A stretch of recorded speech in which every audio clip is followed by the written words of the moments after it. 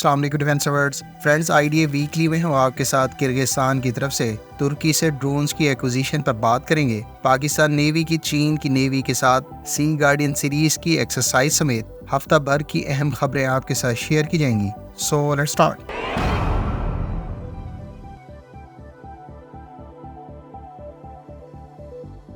Friends, Kyrgyzstan کی فوج نے ترک ساختہ ڈرونز کو اپنے فلیٹ میں باقاعدہ شامل کر دیا ہے۔ ترک کمپنیوں کی طرف سے اکسونگر، اکنجی اور TB2 ڈرونز کرغزستان کو پرووائڈ کیے گئے ہیں۔ ترک کمپنی بیکر کی جانب سے جہاں اکنجی اور TB2 ڈرونز کرغزستان کو ڈیلیور کیے گئے، وہیں ترک ایروسپیس انڈسٹریز نے اپنے اکسونگر ڈرون کرغزستان کو پرووائڈ کیے ہیں، جنہیں گزشتہ روز ایک سیریمنی کے دوران کرغز ایئر فورس کی سروس میں باقاعدہ شامل کر دیا گیا ہے۔ اس موقع پر کرغز صدر کو ترک ساختہ ڈرونز اور ویپن سے متعلق بریفنگ بھی دی گئی۔ ان ڈرونز کے ساتھ کرغزستان کی جانب سے راکٹسان کے سمارٹ منیشن MAMT اور MML کو بھی دیکھا گیا ہے۔ کرغزستان کو اس سے پہلے ابتدائی TB2 ڈرونز کی ڈیلیوریز دسمبر 2021 میں کی گئی تھی، جن کی باقاعدہ سروس میں شمولیت اگلے سال عمل میں لائی گئی تھی۔ پاکستان کے ساتھ مشترکہ نیول ایکسرسائز کے لیے چین کی نیوی اگلے ماہ اپنی نیول شپس پاکستان بھیجے گی۔ سی گارڈین سیریز کی یہ دونوں اتحادی ممالک کے درمیان تیسری ایکسرسائز ہے۔ اس سلسلے کی پہلی ایکسرسائز پاکستان میں جنوری 2020 میں کنڈکٹ کی گئی تھی، جبکہ اس کا گزشتہ ایڈیشن چین میں جولائی 2022 میں شنگھائی میں منعقد کیا گیا تھا۔ حالیہ سی گارڈین 3 دونوں ممالک کی نیویز کے درمیان شمالی بحیرہ عرب کی فضائی اور سمندری حدود میں کنڈکٹ کی جائے گی۔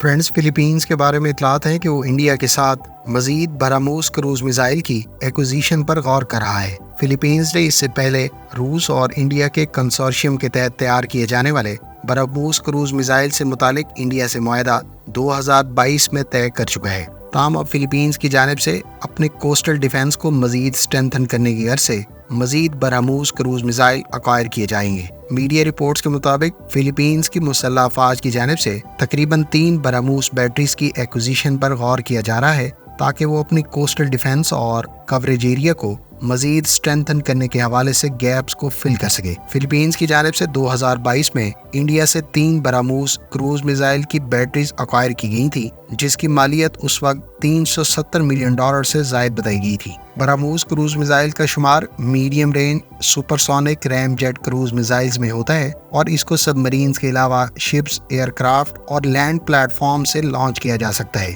بھارت کی جانب سے فلیپینز کو فروخت کیے جانے والے براموس کروز میزائل کے بارے میں کہا گیا ہے کہ اس کی میکسیمم رینج 290 کلومیٹرز ہے اور یہ 2.8 ماک کی سپیڈ سے اہداف کو نشانہ بنا سکتا ہے۔ اس میزائل میں 200 سے لے کر 300 کلوگرام کا وار ہیڈ استعمال کیا جاتا ہے۔ براموس کروز میزائل بنیادی طور پر 2 اسٹیج پروپلشن سسٹم سے ایکوپڈ ہے، جو سالڈ فیول راکٹ کا استعمال کرتے ہوئے انیشیل ایکسلریشن حاصل کرتا ہے، جبکہ اس کے بعد لیکوڈ فیول ریم جیٹ اس کی سپر سونک کروز کو سسٹین کرنے کے لیے استعمال کیا جاتا ہے۔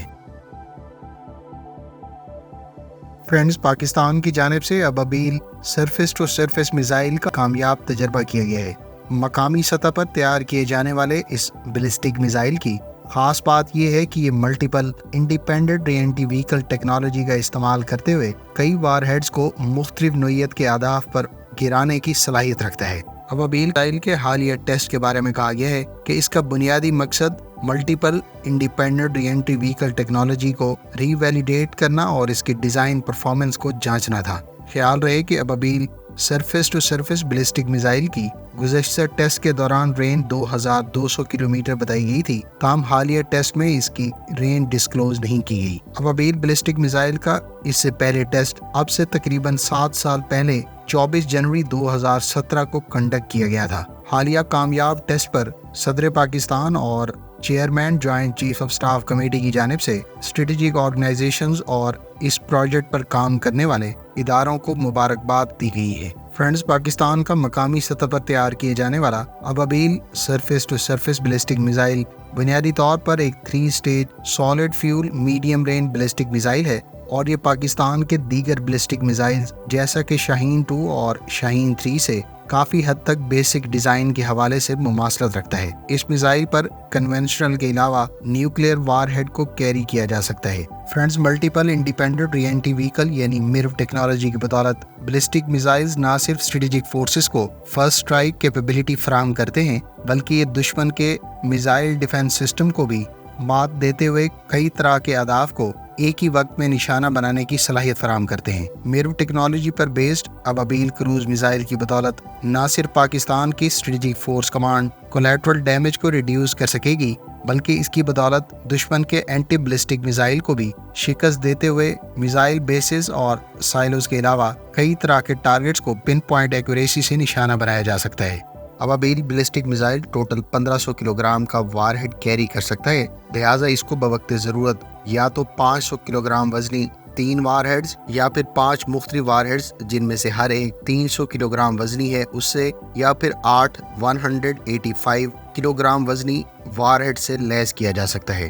ابابیل میزائل دراصل شاہین 3 بلسٹک میزائل کا ہی موڈیفائڈ ورژن ہے اور اس میں مرو وار ہیڈ کو اکاموڈیٹ کرنے کے لیے کی جانے والی موڈیفیکیشنز کی وجہ سے اس کی رینج 2750 کلومیٹر سے کم ہو کر 2200 کلومیٹر ہو گئی ہے۔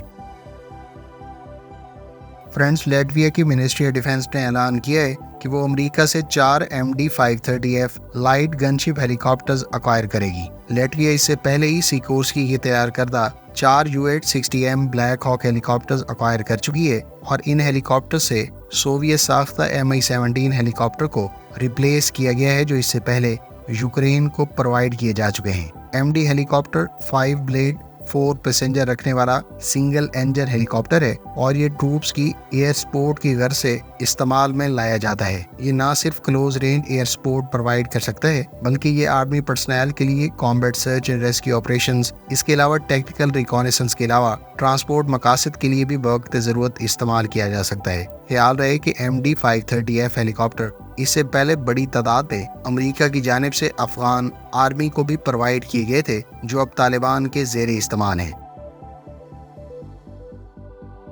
فرینڈز، استونیا کی جانب سے اپنی مسلح افواج کے لیے ترک ساختہ 200 آرمرڈ وہیکلز ایکوائر کرنے سے متعلق کانٹریکٹ سائن کیا گیا ہے۔ استونیا بڑی تعداد میں ترک کمپنی نیرول مکینا کی NMR 4x4 armoured personnel carriers acquire کرے گا جسے اب سے کچھ عرصہ پہلے ہی ترک کمپنی نے IDF دفاعی نمائش کے موقع پر انویل کیا تھا۔ تقریباً 200 ملین یورو کی لاگت سے استونین ڈیفنس فورسز کے لیے 200 وہیکلز ترکی سے ایکوائر کی جا رہی ہیں، جبکہ اس ایکوزیشن کے ساتھ ہی استونیا کے ترکی کے ساتھ بڑھتے دفاعی تعلقات کی بھی عکاسی ہوتی ہے۔ خیال رہے کہ بالٹک کنٹریز کے نیٹو ممبر کی جانب سے یہ پہلی مرتبہ ہے کہ ترک کمپنی سے آرمرڈ وہیکلز ایکوائر کی گئی ہیں۔ فرینڈز، تازہ ترین رپورٹس کے مطابق بنگلہ دیش کی ایئر فورس کی جانب سے ترک کمپنی راکٹسان سے سیرٹ لیزر گائیڈڈ میزائلز ایکوائر کیے گئے ہیں۔ بنگلہ دیش کی ایئر فورس کی 52ویں اینیورسری کے موقع پر ایئر فورس ڈے کے حوالے سے منعقد کی جانے والی تقریب کے دوران بنگلہ دیش کی ایئر فورس کے زیر استعمال اٹالین ساختہ فالکو UAV پر راکٹسان کے تیار کردہ سیرٹ میزائل لانچنگ پارٹ کو دیکھا گیا ہے۔ اس پارٹ کو بنیادی طور پر مختلف ایریل پلیٹ فارمز پر سیرٹ گائیڈڈ میزائل کو لانچ کرنے کی غرض سے استعمال کیا جاتا ہے۔ ترک کمپنی راکٹسان نے سیرٹ میزائل کا لیزر گائیڈڈ ویریئنٹ 2007 کے بعد متعارف کروایا تھا اور یہ 2012 سے ٹرکش آرمڈ فورسز کی سروس میں موجود ہے۔ اس لیزر گائیڈڈ میزائل کو نہ صرف ہیلی کاپٹرز بلکہ ان مینڈ ایریل وہیکل سے بھی لانچ کیا جا سکتا ہے۔ اس کے علاوہ اس کے گراؤنڈ وہیکلز کے لیے ویریئنٹ اور فکس پلیٹ فارمز اور لائٹ اٹیک ایئر کرافٹ کے ساتھ ساتھ نیول پلیٹ فارمز کے لیے ویریئنٹس بھی متعارف کروائے جا چکے ہیں۔ سیرٹ لیزر گائیڈڈ بنیادی طور پر 70 ملی میٹر کا گائیڈڈ راکٹ ہے جو 8 کلومیٹر کی رینج رکھتا ہے۔ اس میزائل میں لو سموک سالڈ فیول انجن کا استعمال کیا جاتا ہے، جبکہ یہ اپنی فلائٹ کے انیشیل فیز میں انرشیل میئرمنٹ یونٹ کا استعمال کرتا ہے، جبکہ یہ فائنل سٹیج پر سیمی ایکٹیو لیزر سیکر کا استعمال کرتے ہوئے ٹارگٹس کو ڈسٹرائے کر سکتا ہے۔ اس لیزر گائیڈڈ راکٹ پر آرمر پیئرسنگ کے علاوہ اینٹی پرسنل